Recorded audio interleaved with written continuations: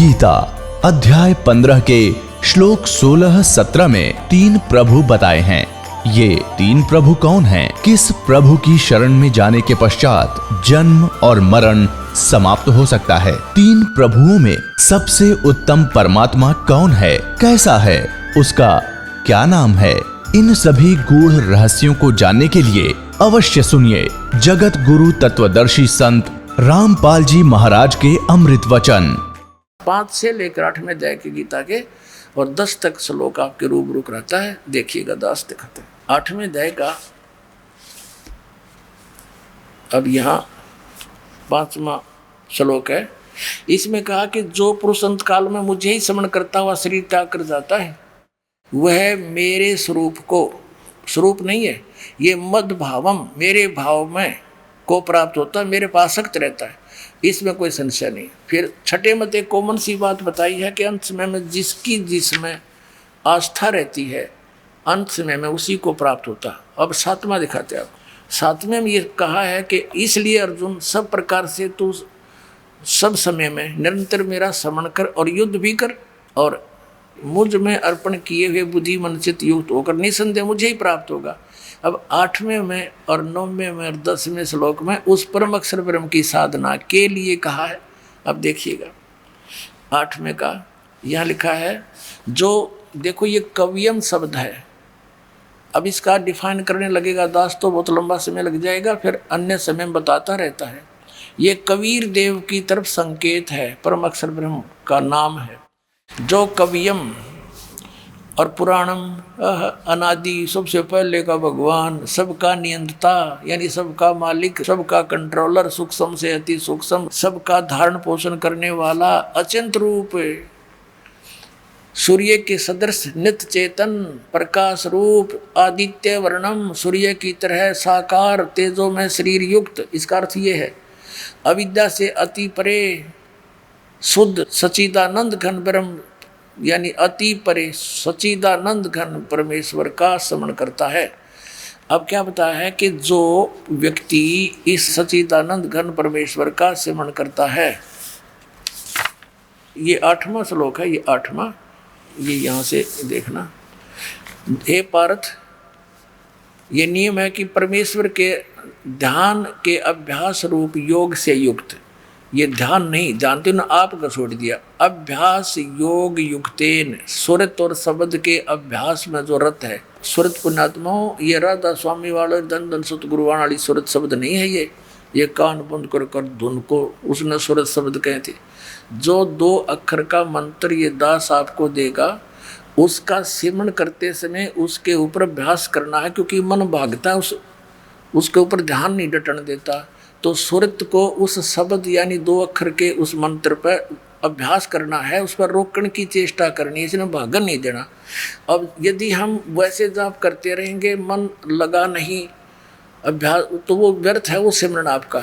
आपने ये देखना है कि बाहर मंत्र जो छोड़ रहा हूँ वो कौन सा उच्चारण हो रहा है अंदर श्वास के द्वारा, और अंदर कौन सा जा रहा, तब ये मंत्र का आपका सफल मंत्र माना जाता है भक्ति का। अब देखना, अब हम पढ़ रहे हैं अध्याय नंबर 8 का और श्लोक नंबर 8 ही पढ़ रहे हैं।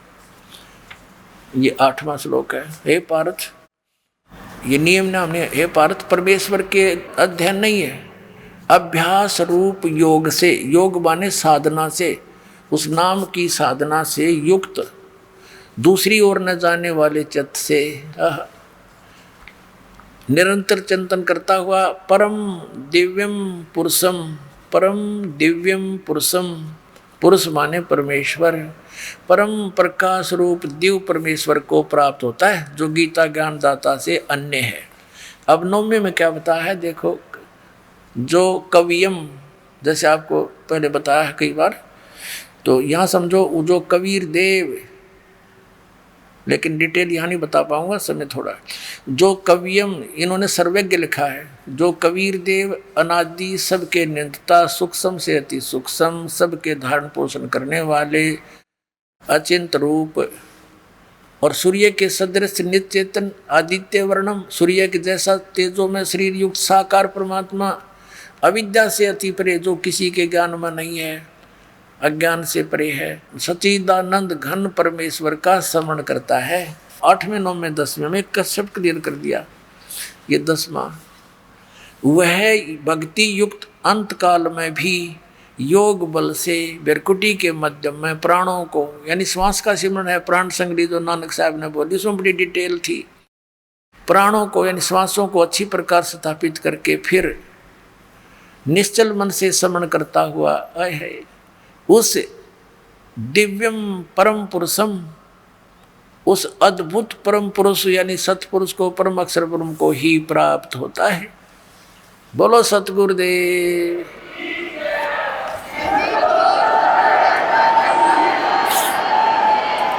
अपने आत्मा ये अपने सदग्रंथ बता रहे हैं। इसका मंत्र कौन सा है, इसने अपना तो बता दिया, ओम अक्षर नथिंग एल्स।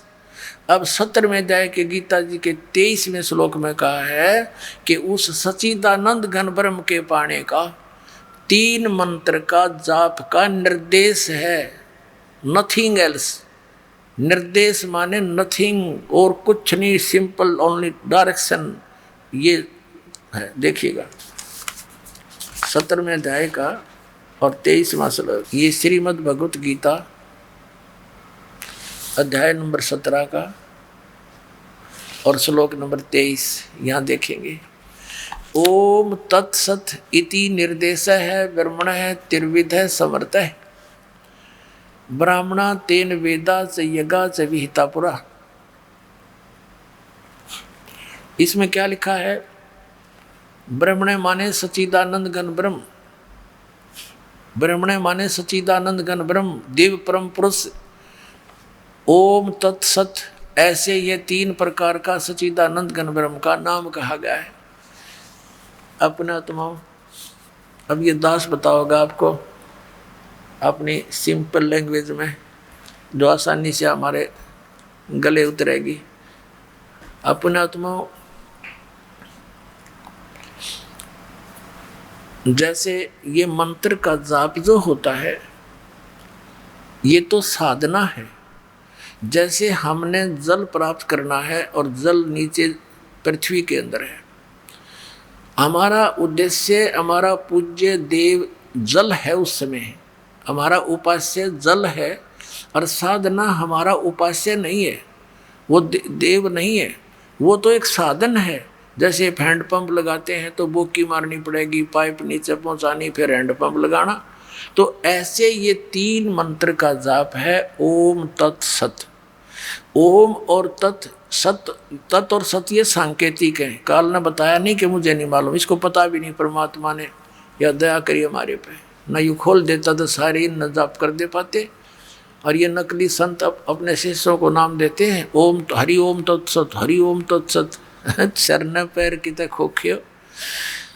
अब क्या बताते हैं, ओम तो ये ब्रह्म का है, सरपुरुष का। ये 3 पुरुष आपके समक्ष हमारे सदग्रंथों में है, 3 भगवान, 3 प्रभु, 3 स्वामी। और तत्व और सत्य ये सांकेतिक हैं, ये कोड वर्ड है। ओम और तत्व वो सांकेतिक शब्द मिलकर ये सतनाम बनता 2 अक्षर का। अब ये ओम नाम और ये तत्व आदि हमारी पूजा नहीं है, ये साधना है। इसमें ना हमने जलना मिल है या मजदूरी करनी पड़ेगी। तो ये श्वास उश्वास से सतनाम का प्राणों से श्वासों से सिमरन होता है। नानक साहिब जी स्वयं इस 2 अक्षर के मंत्र का जाप किया करते थे, और उसका प्रमाण है ये जन्म साखी भाई बाल्यवाड़ी में, समुद्र की साखी में।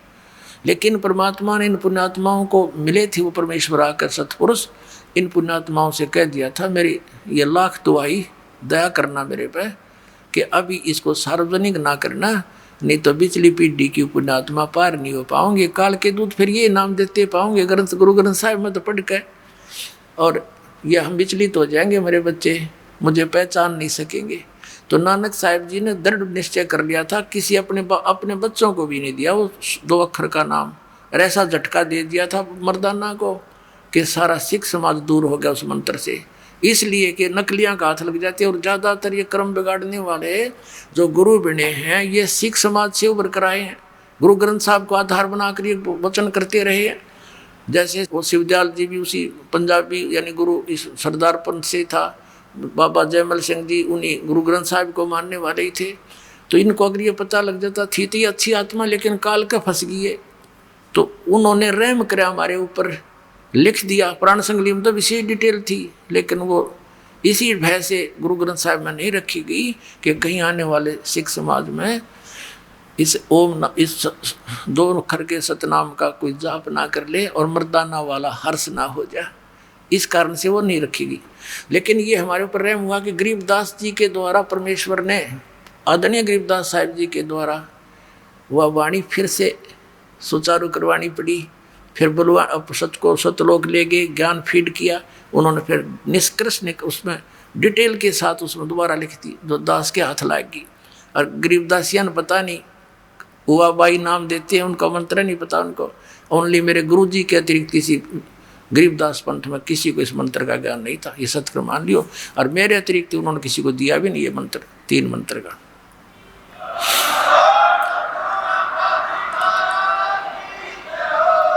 तो ये तो परमात्मा पुण्यात्मा हॉकी के सा गेम है यो। जैसे हॉकी खेलता खेलता प्लेयर होता है ना, उस बाल को एक बार तो विरोधियों की तरफ फेंक देता है, उधर वो भागते हैं, फिर वो निकाल कर गोल कर देता है। तो ऐसे लाए परमात्मा इनको निकाल कर इसके खिलाड़ी परमात्मा के बच्चे जिनको ये मिले थे, आज आपका हाथ लग गया यो, न तो बर्बाद कर देता ये काल। अब प्रसंग चल रहा है कि ये 2 अक्षर का मंत्र है, ये सतनाम है, और तीसरा जो सत्य है वो सारनाम है। उसके लिए तो मालिक ने कहा था, धर्मदास मेरी लाख दवाई, ये सार नाम की दबा ना जाई। ये तो किसी को तुम जाप करो लेकिन कि तो भनक भी ना लगने देना इसकी। और सार नाम बार जो पढ़ी ये बिचली पीढ़ी हंस नहीं तरही। तो कहने का भाव ये है पुण्यात्माओं कि जो ये ओम तत् सत का जो मंत्र है, इसकी त्रिविध है, 3 प्रकार से ही साधना करने का निर्देश है, यानी फाइनल फैसला है। तो ओम और तत् मिलकर ये 2 अक्षर का सतनाम है। इसके सिमरन की विधि भिन्न है, श्वास श्वास से, प्राणों से, यानी इसका जाप है। और फिर तीसरा सार नाम आपको दिया जाएगा, वो आपका फिर परमात्मा से मेल कराएगा।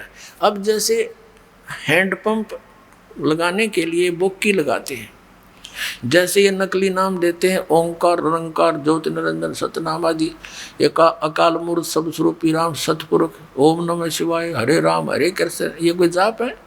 जैसे सतपुरुष, अकाल मूर्त सब स्वरूपी राम, ये तो परमात्मा की महिमात्मक उपमात्मक शब्द हैं। इन चाहे सतपुरुष कह लो, चाहे अकाल मूर्त कहो, जल कहो, पानी कहो, नीर कहो, एक के बात है।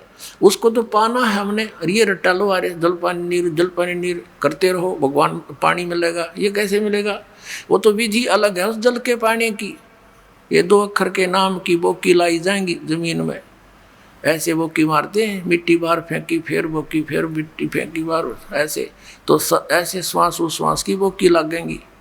अब सतनाम 2 अक्षर के मंत्र से परमात्मा प्राप्ति नहीं हुई, इसलिए परमात्मा ने कहा है कि जो जन होगा जो हरि लेगा शब्द बिलगाए, और सो हम जप मरे व्यर्था जन्म गंवाए। यानी केवल इस एक मंत्र और इन सतनाम के दोनों मंत्रों का भी जाप तुम करते रहे, यूजलेस, जब तक सार नाम नहीं मिलेगा। अब जैसे हैंड पंप लगाने के लिए प्रोसेस शुरू हुआ, प्रोसीजर, बोकी और पाइप ने अपना काम कर दिया, जल तक पहुंच गई लेकिन जल प्राप्त नहीं हो सका। उसके लिए तो ये तो सतनाम के 2 अक्षर का काम हो गया समझ लो। भंवर गुफा तक ये आपका रास्ता क्लियर कर देगा, लेकिन सतलोक प्रवेश नहीं कर सकते। उसके बाद सारनाम दिया जाएगा, हैंड पंप लगाया जाएगा पंप के ऊपर, और फिर उसका भी जाप करना है, उसकी मोमेंट देना है, उसकी साधना करनी है, तब गदड़ गदड़ वो जल निकलेगा। तो ऐसे ये 3 मंत्र का जाप है, और इससे मोक्ष होगा, वो परम अक्षर ब्रह्म, वो सतलोक, वो सुख सागर प्राप्त होगा। अपने आत्माओं जैसे प्रसंग चला है कि सरपुरुष, अक्षर पुरुष और परम अक्षर पुरुष। अब अक्षर का अर्थ होता अविनाशी, लेकिन 15वें अध्याय के 17वें श्लोक में उस अक्षर को रिजेक्ट कर दिया कि उत्तम पुरुष है, श्रेष्ठ परमात्मा तो कोई और है इन दोनों से। तो अक्षर पुरुष भी अक्षर पुरुष नहीं रहा। अब जैसे किसी ने अपने बच्चे का नाम कप्तान दे रखा है, वो कप्तान थोड़ा होता है, नाम है कप्तान उसका। तो ऐसे इनकी सतिथि बतानी पड़ेगी थोड़ी सी। ब्रह्मा विष्णु महेश ये तीनों नासवान है। एक ब्रह्मा की आयु कितनी है, जैसे एक चतुर्युग होता है, सतयुग त्रेता द्वापर कलयुग, ये मिलकर चतुर्युगी होती है। और इसकी कुल वर्ष संख्या 43,20,000 वर्ष है। ऐसी 1000 चतुर्युग 1008 है। वैसे इसमें 14 मनवंतर निकल जाते हैं, 14 इंद्र के शासन खत्म हो जाते हैं और 72 चतुर्युग तक एक इंद्र का शासन रहता है, शासन काल है। तो ऐसे वैसे तो 1008 बनते हैं, लेकिन लंब संप इनको 1000 चतुर्युग देते हैं। इतना तो ब्रह्मा जी का दिन, इतनी ही रात्रि, ऐसे 30 दिन रात का एक महीना बना इनका देवताओं का, और 12 महीनों का एक वर्ष हो गया। ऐसे बने हुए 100 वर्ष की आयु है श्री ब्रह्मा रजगुण की, और इसे 7 गुनी विष्णु जी की, इससे अधिक, और विष्णु जी से 7 गुना अधिक है शंकर भगवान तमोगुण शिव की। और जब 70,000 बार ये तमोगुण शंकर भगवान की मृत्यु हो लेगी, तब एक ब्रह्मांड का विनाश होगा और इस सरपुरुष का नाश होगा इस काल का। फिर एक ब्रह्मांड के सब प्राणी इसमें आग लग जाएगी, जैसे पृथ्वी के ऊपर सब जल हो जाएंगे जहाँ जहाँ भी पृथ्वियाँ हैं। और फिर एकदम 11 सूर्य और सौरमंडल से घूमते हुए यहाँ आ जाएंगे और इन सब को फूंक डालेंगे।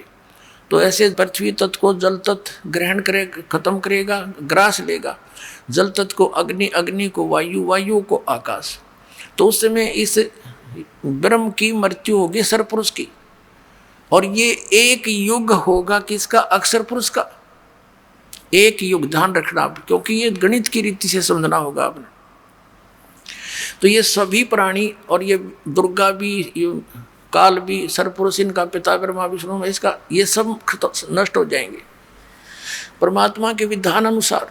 ये एज प्राणी सब ऊपर को उठ जाएंगे एकदम। जीवात्मा मरती नहीं, लेकिन उसमें पीड़ा बहुत होती है जब अग्नि लगती है, इसमें सब बुरा हाल हो जाता है। फिर ये ऊपर उठ जाएंगे, ये 5 तत्व यही रह जाएंगे, घूमते रहेंगे सूक्ष्म रूप में। ये ऊपर दूसरे ब्रह्मांड में चले जाएंगे, वहाँ जाकर फिर दोनों का, दुर्गा और काल का युवा शरीर बन जाएगा। उसके बाद ये अपना फिर ग्रस्त कर्म से या वचनों से फिर धीरे धीरे अपनी सृष्टि वहाँ दूसरे ब्रह्मांड में प्रारंभ करते हैं। ऐसे चलता है। तो हमने लेना है समय। तो ये जो 70,000 बार त्रिलोक की शिव की मृत्यु हुई, ये एक बार इस काल की मृत्यु हुई। इसके जन्म और कर्म कैसे अलौकिक हैं। ये किस अपने आप को अजन्मा क्यों कहता है। यहाँ मर गया, वहाँ परमात्मा के विधान अनुसार इसकी फिर दोबारा युवा शरीर दोनों का हो जाता है, दुर्गा का और इस काल का। लेकिन जन्म मृत्यु है इसकी। उसके बाद ये एक युग हो गया अक्षर पुरुष का। अब ऐसे 1000 युग का दिन अक्षर पुरुष का, इतनी ही रात्रि, 30 दिन रात का फिर एक महीना हो गया, और 12 महीने का ऐसे उसका एक वर्ष बना।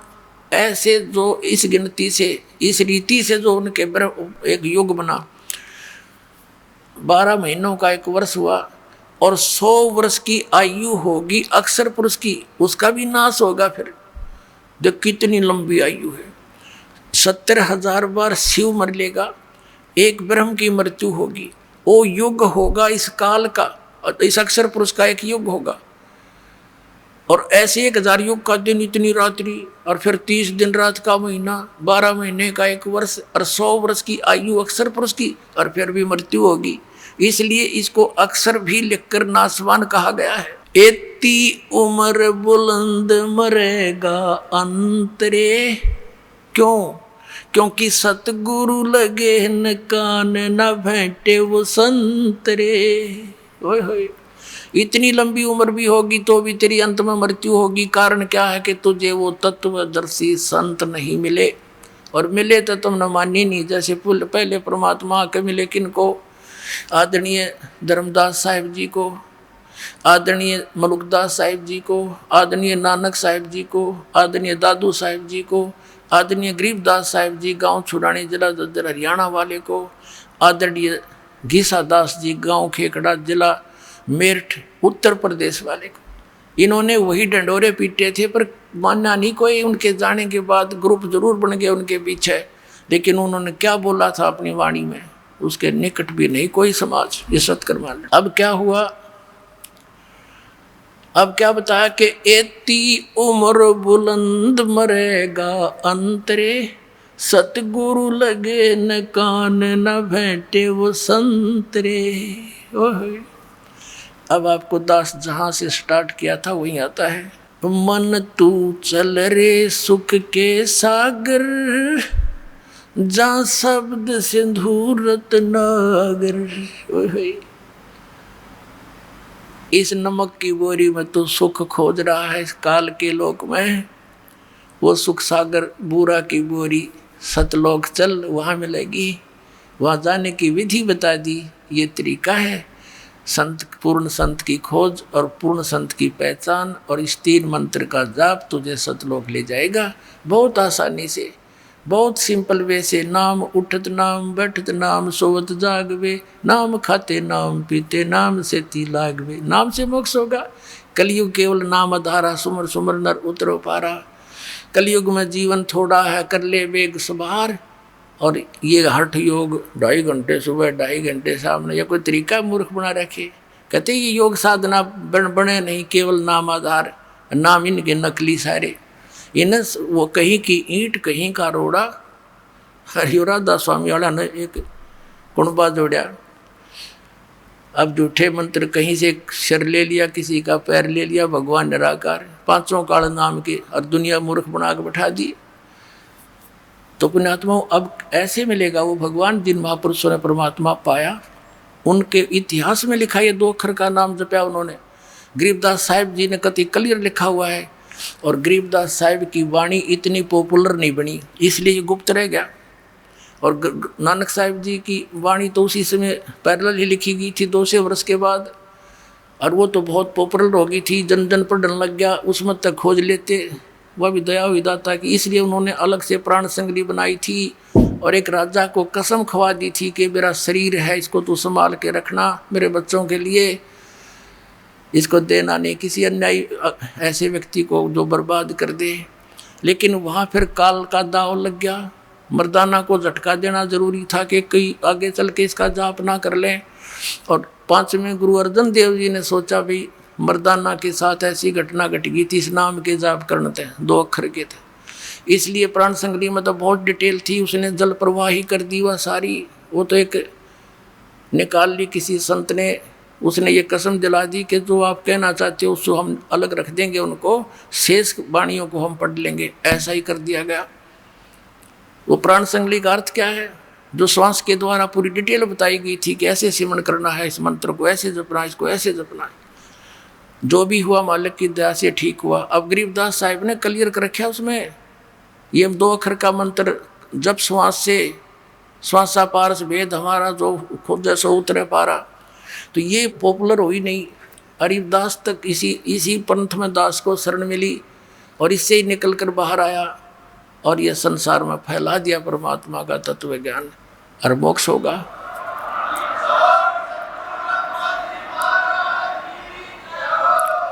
अब क्या बताते हैं, मन तू चल रे सुख के सागर, जहाँ शब्द सिंधु रत्नागर। ओहो, अब क्या बताते हैं, सुख सागर किसे कहते हैं। जैसे कभी कभी इस दास के साथ तो बहुत बार होती है, अकेला बैठा हो, अंदर से एक ऐसी हिलोर तरंग उठती है कि चाहे किसी ने कितना बुरा दास का कर रखा है, कभी उसके प्रति द्वेष नहीं आता उस समय। और ऐसा लगता है सब अपने से लगते हैं, काहे के लिए हम ऐसा करते हैं, काहे के लिए हम ऐसा कर रहे हैं।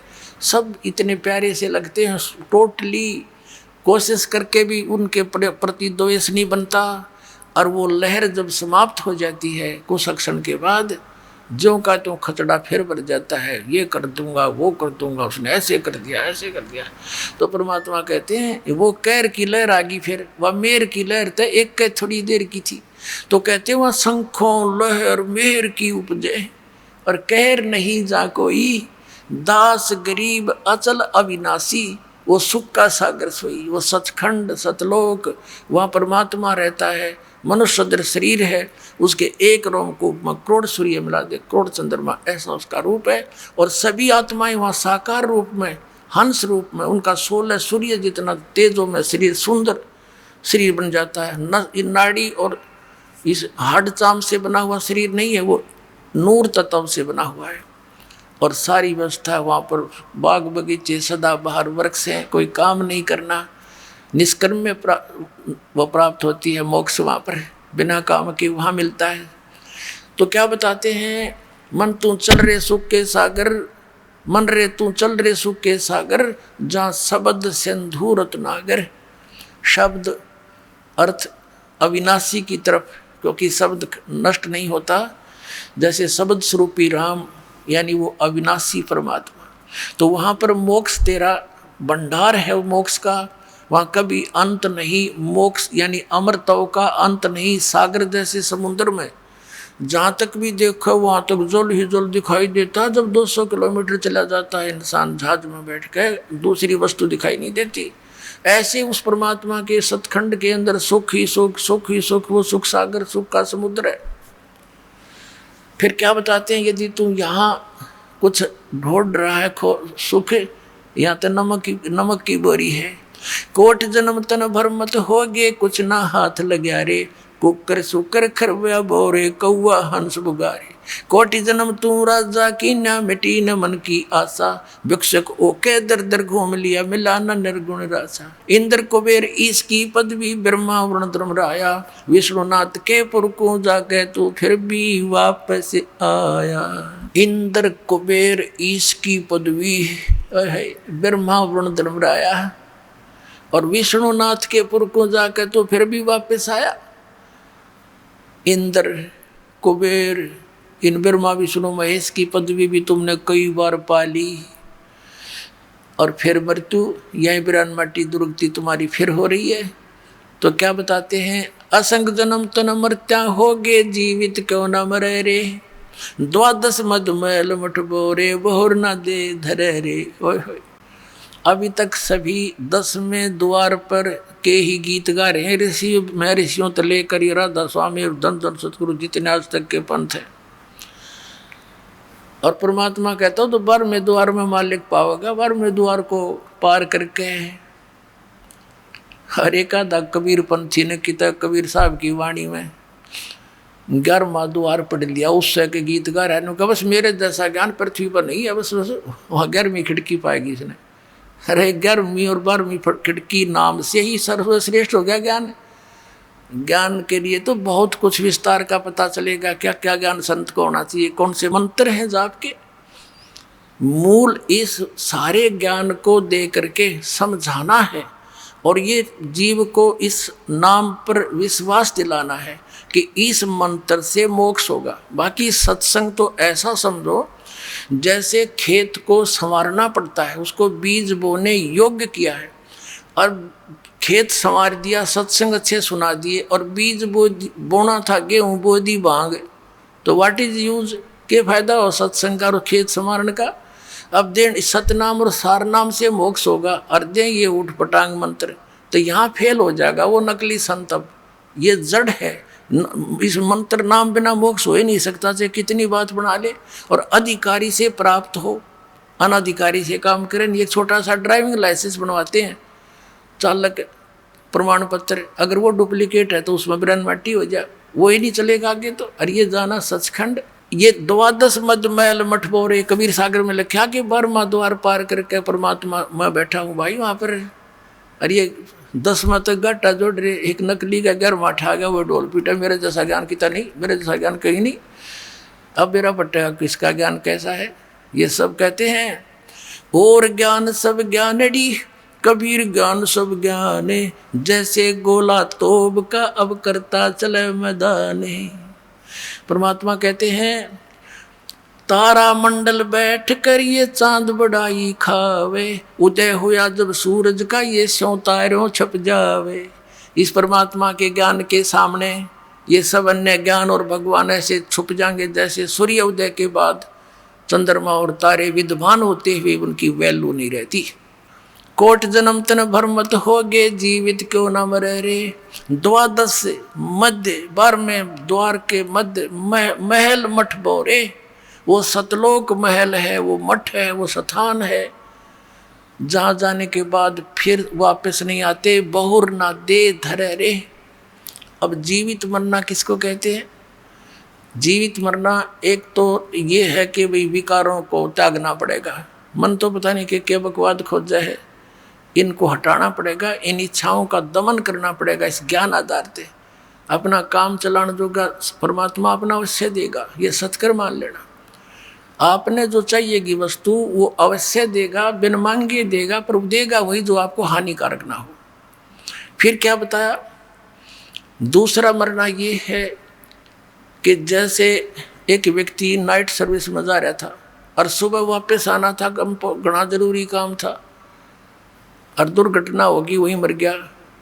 अब वो रात ने भी नहीं पड़ा था, इतना कंपलसरी काम मान रखा था, वो काम भी गया और आप भी गया। तो जब आप सत्संग की तरफ चलो तो ये सोच लो कि मान लिया आज मेरी मृत्यु हो जाए, क्योंकि मन तो पता नहीं कितने टांग अड़ाया करे, ये बिगड़ जाएगा, नूर रह जाएगा। बिगड़े तो इस बिना गा उस बिना तो फिर मालिक फिर संवार देगा, जब थोड़ा बहुत बिगड़ भी गया था। वैसे तो परमात्मा की तरफ दो चाल्या है ना हृदय से, उनके काम बिगड़े नहीं, बने बनाए पाया करें, ये सत्कर मान लेना। अब मान लीजिए नो सोच ले भाई मृत्यु हो जा, जब तक यह मौत याद नहीं रहेगी ना आपके, आप भगवान के सफर पर चल नहीं सकोगे, या याद रखनी पड़ेगी। तो नो सोच लो सत्संग में जाना है, इस बिना काम चले को नहीं। और तो नो सोच ले कि भाई मृत्यु होगी तो परमानेंट टिकट कटेगी, फिर यू काम भी यहीं रह जाएगा और यू सारी कोठी भी रहेगी। अब नो सोच कर चल पड़ो भाई 3 दिन 4 दिन 2 दिन जैसा आपकी इच्छा हो, कि नो सोच लो हम मर गए, हम खत्म हो गए और 40 सत्संग में। और फिर 2 दिन पाछे मान लीजिए कोई ज़्यादा ही माने आपकी बात को संसारिक विधि से, कोई छोटा मोटा हानि होगी तो उसने फिर पूरी कर लेंगे। अरे या परमानेंट टिकट कटगी फिर क्या कराएंगे, फिर भगवान भी गया और राम भी और काम भी गया। कहते हैं राम नाम कड़वा लगे ये मीठे लगे दामे, दुविधा में दोनों गए भाई माया मिली ना राम। एक व्यक्ति को पंजाब के अंदर दास के गुरुदेव का एक आश्रम है तलवंडी भाई में, तो गुरुदेव सतगुरुदेव के सतलोक गमन के उपरांत दास वहाँ सत्संग करने जाता था संडे को, सेकंड संडे को, द्वितीय रविवार को। तो वहाँ कोई मेरे गुरुदेव के शिष्यों का कोई रिश्तेदार आ रहा था, कोई बुढ़िया मर गई थी, उसका शोक व्यक्त करने शुक्र को आया था, शनिवार को जा रहा था। उन्होंने कहा आप आज डट जाओ, सत्संग सुनना, और कल सत्संग सुन के 8 से 10 सत्संग होगा, 9 से 10 10 11 फिर चले जाना। वो कहने लगा मैंने बहुत ज़रूरी काम है और कल संडे है, मेरा एक पार्टी से एग्रीमेंट होना है जिसमें मुझे 5 लाख का लाभ होगा उस कंट्रैक्ट में। उन्होंने काफ़ी कहा कि कोई बात नहीं, कल आवेंगे वो 2 बजे, तू क्या आवेंगे 1-2 बजे, फ़ोन कर देंगे धीरे धीरे, और चले जाइए 11 बजे सत्संग समाप्त हो जाता है, 3 घंटा रास्ता है 4 का। वो बोला तुम्हें क्या मालूम, मुझे बहुत हानि हो जाएगी। वो मान्या नहीं, 4 बजे से शनिवार को चल पड़ा। अम्बाला के पास आकर जीटी रोड पर एक ट्रक खड़ा था भरा हुआ बजरी का, उसके व्हील निकाल रखे थे, बैक सारे पिछले व्हील और जैक ला रखा था। उसने तो 5 लाख दिखाई दिए थे, नो पंजा कितना टक्के था गाड़ी का, हैं नो करूँगा व्यवस्था करूँगा पार्टी की। वो सीधा ठोक दिया ट्रक के अंदर। 4 सदस्य थे घर के, चारों गाड़ी में, और ट्रक के झटके से वो जैक निकल गया, झटके मर लिए होंगे चलता वो, फिर पूरा ट्रक लोडी ट्रक उसको उनका ऊपर गिर गया, चारों मर गए। अब चाट ले उस 5 लाख के एग्रीमेंट ने। परमात्मा कहते हैं राम नाम कड़वा लागे मीठे लागे दाम, और दुविधा में दोनों गए, माया में लीन है राम। तो यहाँ परमात्मा कहते हैं असंग जन्म तना मृत्या हो गए, जीवित क्यों नाम रह रे, ये द्वादश मद महल मठ बोरे, बोर ना दे धरे रे। दोजक भिस्त सभी ते देखे, राजपाट के रसिया, और 3 लोग से तरपत नाई, यो मन भोगी खसिया। ये मन की इतनी गंदी आदत है, यदि कोई एक सरपंच बन जाता है, नो सोचा चेयरमैन बनो, चेयरमैन बन जाता है तो नो सोचे एमएलए की बात बने, एमएलए बन जाता है तो नो सोचे मंत्री बनूं तो बात बने ना, तो क्या फायदा एमएलए में। मंत्री बन जाने सोचे मुख्यमंत्री बनो जब चौधर पाके, अब मुख्यमंत्री बन के ने सोचे प्रधानमंत्री बनूं जब जय जयकार हो। इतने टिकट कट ले, गधा संतरी बना पाओ फिर कितने क्या कुत्ता संतरी बड़ा सैर पर टेक रहे। अब परमात्मा ने बताया कि जो काम करने का था उसके आसपास भी कोई ना। कहते हैं दोजक भिष्ट सभी ते देखे, राजपाट के रसिया, और 3 लोग से तरपत नाही, ये मन भोगी खसिया।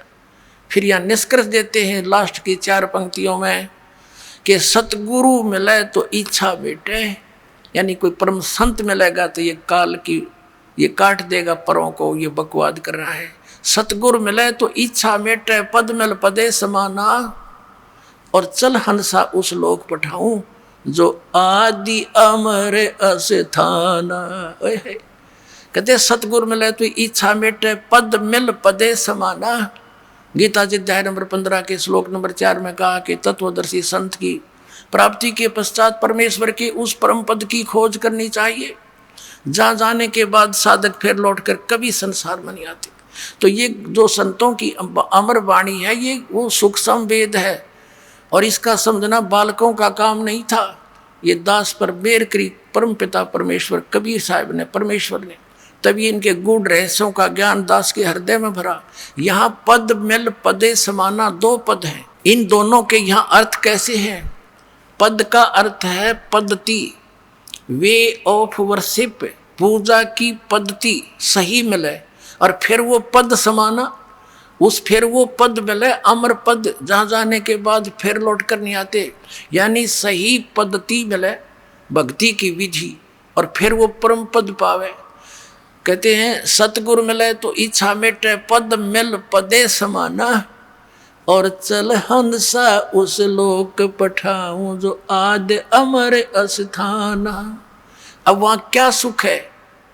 4 मुक्ति जा चंपी करती, माया होरी दासी, दास गरीब अभय पद पर से, वो मिले राम अविनाशी। 4 मुक्ति, ये नकली सुख 4 मुक्ति तुम्हारी होती है, स्वर्ग में जाते हो वो खत्म हो जाती है। वो सुख तुम्हारे चरणों में सतलोक में सदा पड़ा रहेगा, और वो परम अक्षर ब्रह्म मिलेगा जो हम साधना बताएंगे। बोलो सतगुरुदेव की।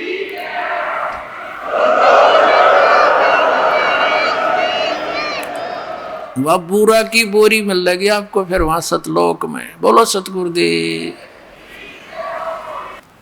परम पिता परमात्मा पूर्ण ब्रह्म सर्व सृष्टि रचनहार कबीर देव जी, कबीर परमेश्वर जी की असीम कृपा से आप पुण्यात्माओं को ये सत्संग सुनने का सु अवसर प्राप्त हुआ। सत्संग में आने से प्राणी को ज्ञान होता है, मैं कौन हूँ, मेरे जीवन का क्या उद्देश्य है।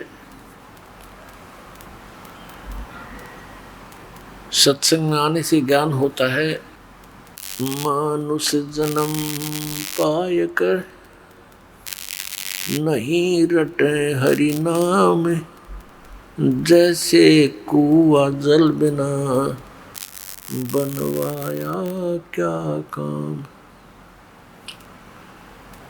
राम नाम रटते रहो, राम नाम रटते रहो, जब तक घट में प्राण, कब हो तो दीन दयाल के हे भनक पड़ेगी कान।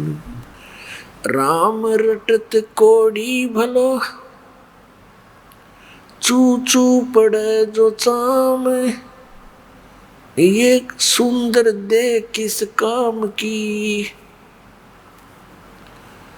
जा मुख नाही नाम। राम रटत दारिद्र भलो, टूटी घर की छान। वो कंचन महल किस काम के, जा भक्ति नहीं भगवान। राम रटत कन्या बलि, साकिट बलो न पूत। छेरी के गल में गल थना, जिसमें दूध न मूत। राम रटत दारिद्र भलो, टूटी घर की छान। वो सुंदर महल किस काम के, जहाँ भक्ति नहीं भगवान। सत्संग में आने से पता चलता है कि यदि इस मनुष्य जीवन का कोई उद्देश्य है मूल, तो परमात्मा पाना, परमात्मा की भक्ति करना। और जिन दुखों को हम प्रतिदिन यहाँ देखते हैं पशु पक्षियों के साथ, कैसी इनकी हालत है, और फिर मनुष्य जीवन में हम कितने सुखी हैं। हम सुखी नहीं हैं, लेकिन परमात्मा कहते हैं झूठे सुख को सुख कहे ये मान रहा मनमोद। ये सकल चबीना काल का, कुछ मुख में कुछ गोद। पुण्यात्माओं, आज का ये जो सत्संग समारोह चल रहा है, ये उस शुभ दिन के उपलक्ष्य में है जिस दिन परमात्मा सतलोक से चलकर यहाँ काल के लोक में आए थे। और काशी के अंदर, बनारस के अंदर एक लहर तारा नामक तालाब के ऊपर, तालाब के अंदर कमल के फूल पर वो परमात्मा शिशु रूप धारण करके विराजमान हुए थे। पुण्यात्माओं, सबसे बड़ी गलत धारणा हमारे अंदर ये फैला दी गई थी कि कबीर साहब, कोई कहता था ऐसे उत्पन्न हुए थे, कोई कुछ बातें करता था। सच्चाई से दूर लोक वेद के आधार से परमात्मा के प्रगट के विषय में दंत कथा सुनाया करते थे। वास्तविकता आपके समक्ष इस दास ने जो बताया ये सत्य है, और ये पूर्ण परमात्मा है, सर्व सृष्टि रचनहार है, अनंत कोट ब्रह्मांड के ये कुल स्वामी हैं। पुण्यात्माओं, आप इस तत्व ज्ञान की नजरों से, आंखों से, जिसमें इस काल के लोक को देखोगे, यहाँ एक दिन भी रहना बहुत दुख में है, कष्ट में है। और हमने असंख्य योग हो गए यहाँ पर इस काल के लोक में कष्ट उठातों को। अभी तक हमें इसके विकल्प का पता नहीं था कि इसका कोई विकल्प भी है, इस जन्म और मृत्यु का कोई कष्ट भी दूर हो सकता है। पुण्यात्माओं, हमारे सदग्रंथों में प्रमाण कि एक ऐसी भक्ति है कि वो जन्म और मृत्यु के रोग का नाश कर सकता है, लेकिन उसका ज्ञान हमें नहीं था। उस ज्ञान को बताने के लिए परमेश्वर स्वयं ही आते हैं। पुण्यात्माओं, परमात्मा के विधान में लिखा है कि वो परमेश्वर सतलोक में रहता है, सचखंड में, वो शाश्वत स्थान में रहते हैं। वहाँ से गति करके यहाँ आते हैं, अपनी अच्छी आत्माओं को मिलते हैं, उनको उपदेश देते हैं, ज्ञान देते हैं।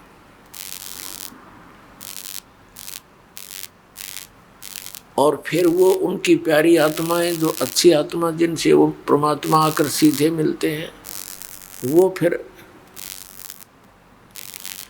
परमात्मा की महिमा को आंखों देखा वर्णन करते हैं। पुण्यात्माओं, जिस समय परमात्मा सतयुग त्रेता द्वापर में आए, वो इतिहास नष्ट कर दिए गए।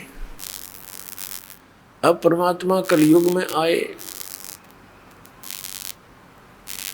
अब परमात्मा की रजा से उनके कुछ लीलाएं हमारे पास उपलब्ध रही। उस परमेश्वर ने क्या क्या लीलाएं की, और फिर हमने अपने उन सदग्रंथों में देखा जिनको हम प्रमाणित मानते हैं, पवित्र चारों वेद, पवित्र श्रीमद् भगवत गीता, पवित्र पुराण, उन्होंने भी समर्थन दिया कि कबीर परमात्मा है, वो ऐसी ऐसी लीलाएं करता है, वो कहाँ रहता है, वो कैसा है।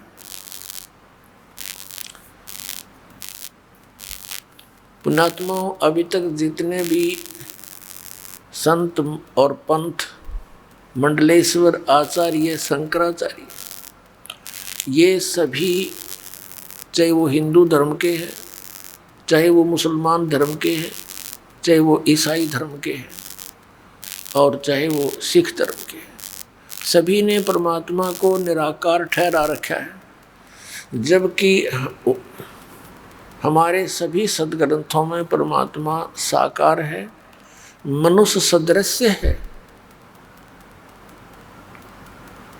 पुण्यात्माओं, जिन महापुरुषों को यही ज्ञान नहीं था परमात्मा कैसा है, तो क्या उन्होंने भगवान पाया होगा? नेवर, कभी नहीं। अब आपके रूबरू सदग्रंथों से प्रमाणित करते हैं कौन है परमात्मा, कैसा है वो प्रभु, वो साकार है या निराकार। सबसे पहले आपके रूबरू करते हैं पवित्र बाइबल को। ईसाई धर्म के श्रद्धालु कहते हैं गॉड इज फॉर्मलेस, परमात्मा निराकार है। मुसलमान धर्म के श्रद्धालु कहते हैं परमात्मा बेचून है, बेचून में निराकार। और कबीर साहब कहा करते खोजत खोजत था किया आर कहा बेचून। खोजते खोजते परमात्मा को थक गए, हार के कह दिया भगवान तो निराकार है, वो दिखता को नहीं। इसी प्रकार इन वेदों के जानकार माने जाने वाले, विद्वान माने जाने वाले हिंदू धर्म के ये आचार्य, शंकराचार्य, मंडलेश्वर, गुरु, संत, महंत, ये भी कहते हैं कि परमात्मा निराकार है। पुण्यात्माओं, ये हमारे हिंदू धर्म के जो आचार्य हैं, साथ में ये क्या कहते हैं कि परमात्मा मूलभूत रूप में तो निराकार है, और जब वो पृथ्वी पर आता है से शरीर साकार हो जाता है, जैसे श्री कृष्ण श्री राम रूप में, और वैसे मूलभूत वो निराकार है। तो इसको कहते हैं अज्ञान, लोक वेद, दंत कथा। इन धर्म गुरुओं से ये पूछा जाता था कि ब्रह्मा विष्णु महेश की भी जन्म मृत्यु होती है, तो ये कहते थे नहीं, भगवान शंकर और भगवान विष्णु की कोई मृत्यु नहीं होती है, अजन्मा है, सर्वेश्वर है, महेश्वर है, सर्वशक्तिमान है। और चारों वेद भगवान विष्णु की ही महिमा गाते हैं। ये समागम चल रहा है कि परमात्मा सतलोक से चलकर आते हैं। तो दास इस सत्संग के माध्यम से ये दृढ़ करना चाहेगा कि परमात्मा का आगमन पृथ्वी पर कैसे हुआ कलयुग में। जब तक हम भगवान को नहीं पहचानेंगे पुण्यात्मा, हम भक्ति कर नहीं सकते, चाहे कितनी बात बनावा। और जब हमारे हृदय में ये दृढ़ हो जाएगा कि ये है भगवान, और फिर दास वो समाधान बताएगा जिससे जिन महापुरुषों का मोक्ष हुआ और जिनको आप मानते हैं कि ये महात्मा, ये महान आत्मा पार हो गए, उन्होंने कौन सी साधनाएं की थी, कौन से मंत्र जाप किए थे, फिर तो बातें खत्म होगी। और वही हमारे सदग्रंथ बता रहे हैं कि इन मंत्रों का जाप करना चाहिए, नथिंग एल्स, और कुछ नहीं। और जिन महापुरुषों ने परमात्मा पाया उन्होंने वही नाम जाप किए। और कौन है परमात्मा, कहाँ प्रमाण है उसका, कैसा है वो भगवान, बस फिर तो सब कुछ शंका खत्म होगी, केवल फिर परमात्मा की भक्ति शेष रहेगी। फिर तो उठते बैठते चलते फिरते जैसे बस में जा रहे हैं, 2-3 घंटे का सफ़र है, ट्रेन में जाते हैं, 24-24 घंटे 48-48 घंटे सफ़र करते हैं भक्तियाँ आने और जाने वाले।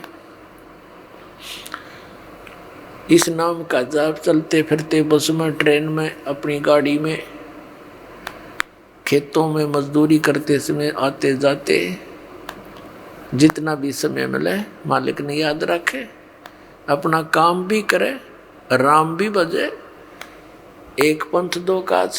जैसे इस दास को जब ये ज्ञान हुआ, ये मंत्र मिला, जैसे कभी बस में जाना होता, चंडीगढ़ साइड में, रोहतक से लेकर चंडीगढ़ के 4 घंटे कम से कम लगते, बैठ कर बस की सीट पे और अपना टेक कर उस अगले वाले डंडे से पैर और मंत्र करता जाता, ना दूसरे तो बात करनी। पहले तो जब तक नाम नहीं लिया था, गप्पे मारने की इच्छा होती थी, पूछते साथी से कहाँ से आए हो, कहाँ जा रहे हो, क्या करते हो, ये सब बात खत्म हो गई। क्यों व्यर्थ समय व्यर्थ किया, और वहाँ तक सुमन करते जाते, क्योंकि ना उसमें तो कोई और काम भी ना कर सकता आदमी, ना कोई ऐसा और बाधा बन सकती, तो सफ़र भी बढ़िया हुआ है। परमात्मा रक्षक रहे, अपनी भी रक्षा करे सफ़र में, और भी साथी यात्रियों की उस पुण्यात्मा के कारण बहुत सी दुर्घटनाओं से बचाव बने। तो भगवान की भक्ति ऐसे करनी है, ये हठ योग करना, ये किसी भी सदग्रंथ में प्रमाणित नहीं है, और न किसी ही महापुरुष की जीवनी में ये कान बंद करके हट करके ये करना है, ये कहीं नहीं है। ये तो मनमाना आचरण है। अब आपको फिर से थोड़ा सा याद दिलाएंगे, क्योंकि पुण्यात्माओं, ये सत्संग जो है ये एक सामूहिक शिक्षा सेंटर समझो, सामूहिक शिक्षा केंद्र। तो पुण्यात्माओं, परमात्मा की जानकारी आपको जब पूर्ण रूप से हो जाएगी, फिर तो आप चलते फिरते बैठते उठते परमात्मा की भक्ति किया करोगे। पुण्यात्माओं, परमेश्वर ने आके हमें ये ज्ञान दिया, अद्भुत ज्ञान दिया, और क्या बताया कि तुम मनुष्य जीवन पाकर के परमात्मा की भक्ति नहीं करते हो, तो आपका जीवन ऐसा है जैसे मनुष्य जीवन पाकर जो नहीं रटे हरि नाम, और जैसे कुआ जल बिना फिर बनवाया क्या काम। उसके लिए क्या बताते हैं परमात्मा, भाई और बात तेरे काम न आवे, संतों शरण लाग रे, के सोवे गफलत में बंदे, जाग जाग नर जाग रे, जाग जाग नर जाग रे। और बात तेरे काम न आवे, संतों शरण लाग रे। के सोवे गफलत में बंदे, जाग नर जाग रे, जाग जाग नर जाग रे। उठ सवेरे उकावर लिया, के जाग्या नर भाग रे। उठ सवेरे हुक्का भर लिया, के जाग्या नर भाग रे। शुक्रम करा ना करी रे बंदगी, फूटे तेरे बाग रे, फूटे तेरे बाग रे। और बात तेरे काम न आवे, संतों शरण लाग रे। के सोवे गफलत में बंदे, जाग जाग नर जाग रे, जाग जाग नर जाग रे। इस तन सराय में जीव मुसाफिर, यो करता रहे दिमाग रे। इस तन सराय में जीव मुसाफिर, करता रहे दिमाग रे।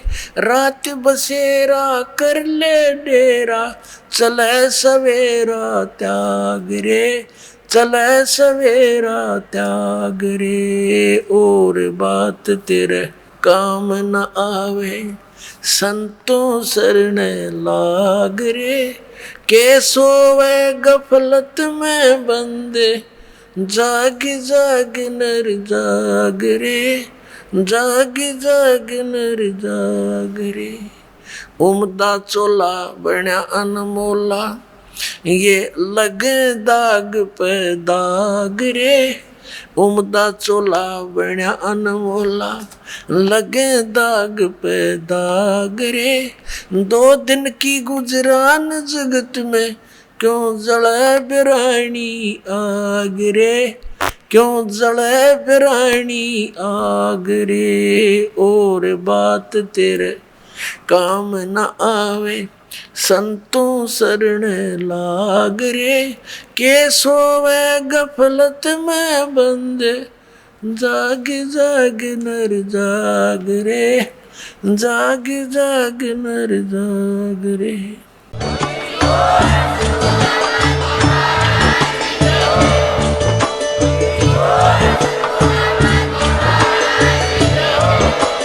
आप सुन रहे थे जगत गुरु तत्वदर्शी संत रामपाल जी महाराज जी के मंगल प्रवचन। अधिक जानकारी के लिए विजिट कीजिए हमारी वेबसाइट www.jagatgururampalji.org। संत रामपाल जी महाराज जी के शुभ आशीर्वाद से पूरे विश्व भर में 500 से भी ज्यादा नाम दीक्षा केंद्र हैं, जिन पर संत रामपाल जी महाराज जी द्वारा ऑनलाइन निशुल्क नाम दीक्षा दी जा रही है। अपने नजदीकी नाम दीक्षा केंद्र का पता करने के लिए संपर्क करें 8222880541।